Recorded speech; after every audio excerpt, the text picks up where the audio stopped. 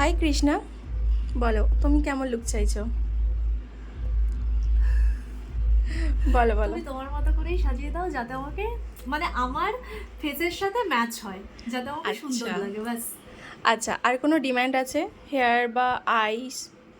আইসটা আমার মানে একটু টানা টানা যদি হয় বড়, আচ্ছা ঠিক আছে।